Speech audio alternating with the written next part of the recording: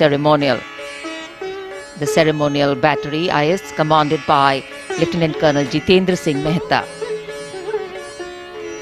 The Prime Minister is now going to hoist the flag and address the nation.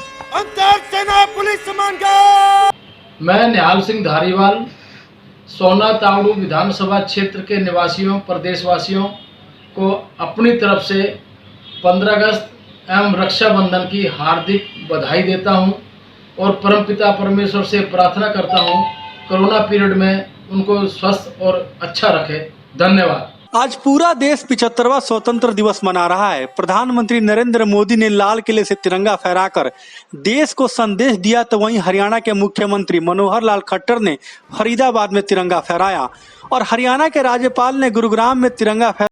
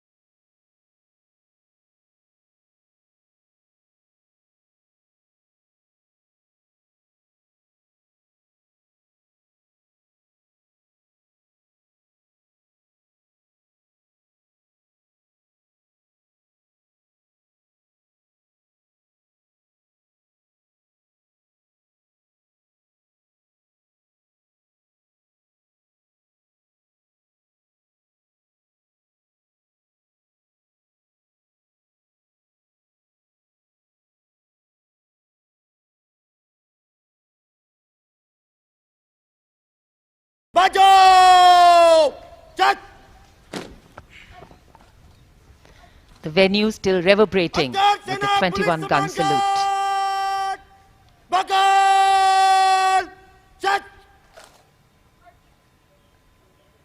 सेना police सम्मान guard बात चलेगा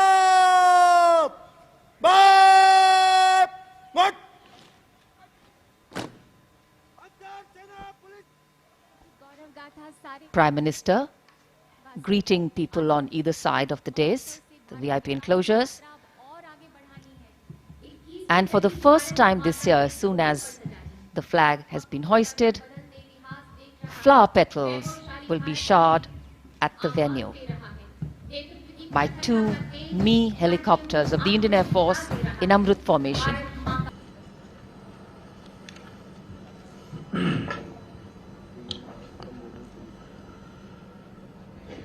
आदर के योग्य स्वतंत्रता सेनानीगण एवं उनके परिजन, यहाँ उपस्थित मान के योग्य बुजुर्गों, भाइयों बहनों, नौजवान साथियों तथा प्यारे बच्चों, स्वतंत्रता दिवस के राष्ट्रीय पर्व पर एक बार भारत माता का जयकारा लगाएंगे।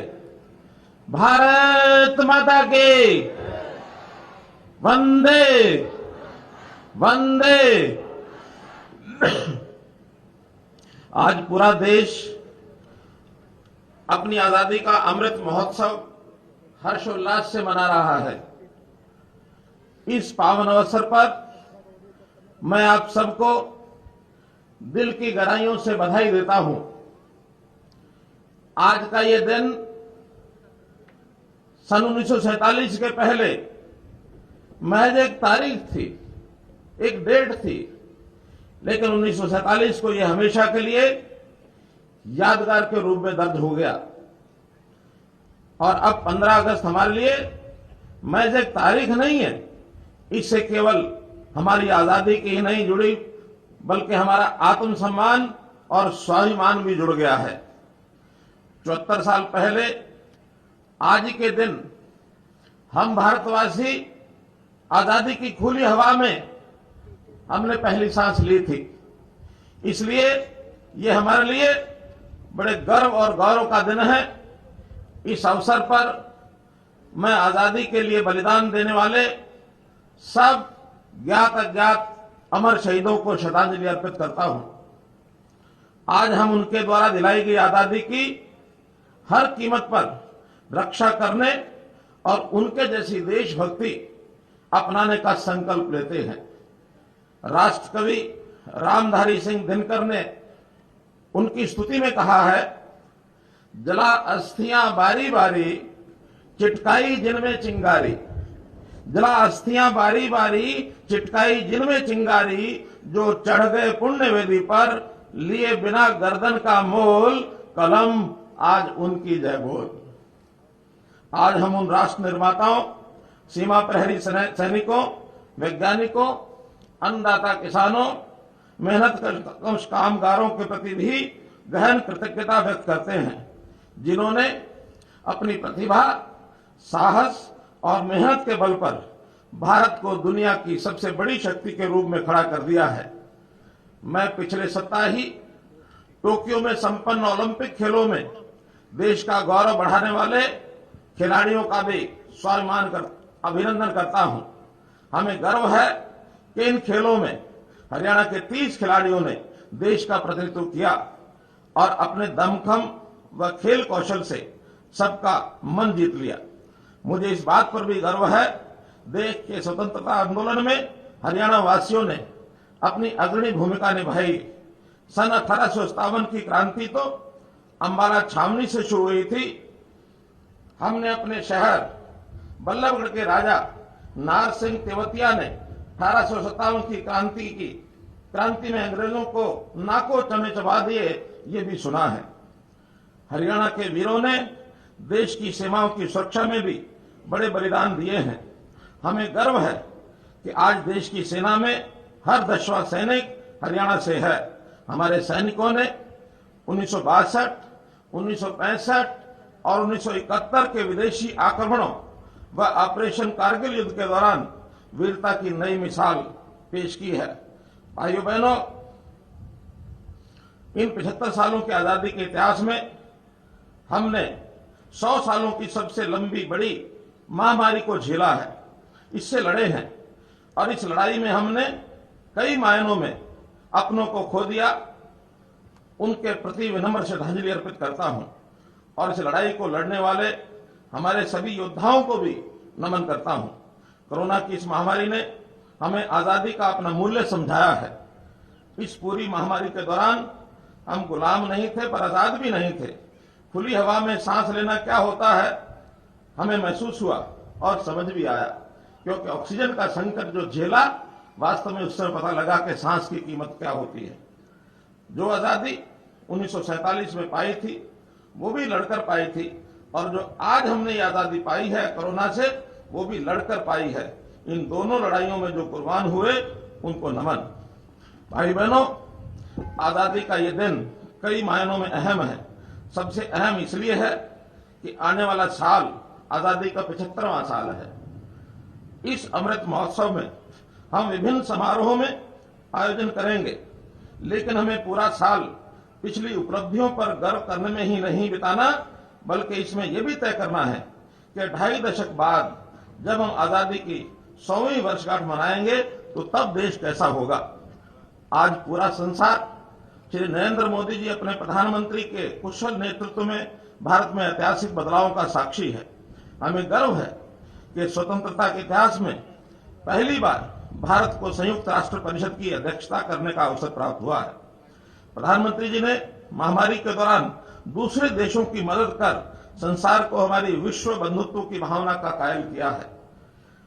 आबादी की दृष्टि से दुनिया के दूसरे बड़े देशों की जनता को मुफ्त, पूरे देश की जनता को मुफ्त वैक्सीन लगाने का हमने साहसिक निर्णय लिया है। नई राष्ट्रीय नीति आई जिसमें 21वीं सदी का आत्मनिर्भर भारत बनाने का मार्ग प्रशस्त हुआ है।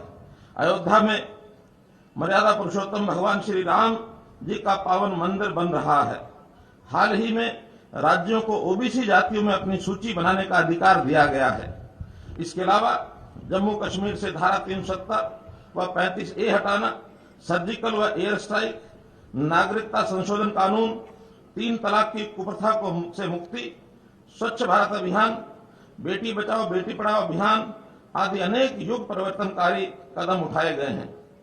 प्रिय प्रदेशवासियों, इस समय हरियाणा प्रदेश में भी तेजी से बदलाव और विकास हो रहा है। हमने व्यवस्था परिवर्तन और सुशासन का जो संकल्प लिया है उसे पूरा करने के लिए हम नित नए मील के पत्थर स्थापित कर रहे हैं। हमने वर्ष 2020 को सुशासन संकल्प वर्ष के रूप में मनाया और इस वर्ष को सुशासन परिणाम वर्ष के रूप में मनाया जा रहा है। सुशासन और व्यवस्था के जरिए हम लोगों में ये विश्वास पैदा करने में सफल हुए हैं कि सरकार उनकी है और वे भी सरकार में हैं। सुशासन की सेवा, सुशासन से सेवा और भ्रष्टाचार पर रोक के लिए ई गवर्नेंस से गुड गवर्नेंस का जो अभियान हमने चलाया था वह आज परिवार पहचान पत्र तक पहुंच गया है। इस एक ही दस्तावेज के माध्यम से सब सरकारी सेवाएं और योजनाओं का लाभ घर द्वार पर ही मिलेगा। लोगों को कार्यों के चक्कर नहीं काटने पड़ेंगे। आपको पेंशन के लिए भी नहीं भटकना होगा। उम्र होगी, पेंशन आ जाएगी। आपको योजनाओं के लिए इधर उधर नहीं जाना होगा। जिस योजना के लिए आप पात्र होंगे वह अपने आप आपको मिल जाएगी। कहने और सुनने में ये सपने जैसा जरूर लग सकता है, पर हम इसे साकार करके दिखाएंगे। भ्रष्टाचार की बात करें तो आप जानते ही हैं कि सीएलयू का दूसरा नाम भ्रष्टाचार था। इसके खेल को हमने पूरी तरह ऑनलाइन करके बंद कर दिया है। सरकारी नौकरियों को हमने एक चुनौती के रूप में मिशन मेरिट में बदला और योग्यता के आधार पर 85,000 युवाओं को नौकरियां दी हैं। हमने कर्मचारियों का तबादला ऑनलाइन कर तबादला उद्योग पर ताला लगा दिया है। हाल ही में हमने आउटसोर्सिंग से जुड़ी सेवाओं में ठेका प्रथा बंद करने के लिए हरियाणा कौशल रोजगार निगम बनाने का निर्णय लिया है। इसी प्रकार कर्मचारियों की सब समस्याओं के निपटान के लिए मानव संसाधन विभाग इसको बनाने की स्वीकृति दी है। हमने कर्मचारियों की एचसीएस और आईएएस पदों पर पदोन्नति को पारदर्शी बनाने के लिए लिखित परीक्षा का प्रावधान किया है। हमने गरीबों के राशन, पेंशन, वजीफों, सब्सिडी में चल रहे गोरख धंधों का आईटी का प्रयोग करके सफाया किया है। सरकारी खजाने में नागरिकों को सहायता देने वाली सैकड़ों स्कीमों को डीबीटी से जोड़ा और पैसा सीधे लाभार्थियों के बैंक खातों में जमा करवाया गया है। जमीनों की रजिस्ट्री में गड़बड़ी को रोकने के लिए रजिस्ट्री के समय प्रस्तुत किए जाने विभिन्न विभागों, बोर्डों व निगमों आदि के अनापत्ति प्रमाण पत्र ऑनलाइन जारी करने शुरू किए। जमीनों के रिकॉर्ड में पारदर्शिता लाने के लिए वेब हेलरेस पूरे प्रदेश में लागू की गई है। परिवहन विभाग में भ्रष्टाचार पर रोक लगाने के लिए ऑपरेशन शुद्धि के तहत डीटीओ के पद बनाए हैं। खनन ठेकों में ई नीलामी और ई रवन्ना स्कीम से पारदर्शिता लाई गई है। व्यवस्था परिवर्तन की इस प्रक्रिया में हमने सरकार कम से कम सुशासन अधिकतम के भाव को मूल में रखते हुए सरकारी लाभ देने में मानवीय हस्तक्षेप को कम किया है। हमने ऐसी नीतियां बनाई कि समाज का कोई भी वर्ग ऐसा नहीं बचा जिसे सरकार की मदद अथवा राहत न मिल रही हो। हमने किसान की आय दुगनी करने के लिए ठोस कदम उठाए। मजदूर की आय बढ़ाने के साथ पेंशन की व्यवस्था भी की। व्यापारी को भी बीमा प्रदान किया। अनुकूल नीतियां बनाकर निवेश को आकर्षित किया। कर्मचारी व उसके परिवार को सामाजिक सुरक्षा दी। महिलाओं को सुरक्षा और शिक्षा व रोजगार द्वारा सशक्तिकरण प्रदान किया। युवाओं को कौशल व योग्यता आधार पर नौकरी दी है। वृद्धों को सम्मान पेंशन व स्वास्थ्य सेवाएं प्रदान की। विवादों के समाधान के माध्यम से हर उस नागरिक को राहत दी जिसका कोई भी मामला किसी भी कारण से सरकारी स्तर पर लटका अथवा फंसा हुआ था। किसी भी संकट के समय हर नागरिक की समय पर मदद के लिए डायल 112 सेवा शुरू की। गरीबों को हर योजना व सेवा में प्राथमिकता प्रदान की। यही नहीं बल्कि मुख्यमंत्री मनोहर लाल खट्टर ने कहा कि आज हरियाणा सभी क्षेत्रों में आगे बढ़ रहा है। खेल हो या जंग का मैदान, हरियाणा के खिलाड़ियों ने देश और प्रदेश का नाम रोशन किया है। मैं निहाल सिंह धारीवाल सोना तावड़ू विधानसभा क्षेत्र के निवासियों, प्रदेशवासियों को अपनी तरफ से 15 अगस्त एवं रक्षाबंधन की हार्दिक बधाई देता हूं और परमपिता परमेश्वर से प्रार्थना करता हूं कोरोना पीरियड में उनको स्वस्थ और अच्छा रखे। धन्यवाद।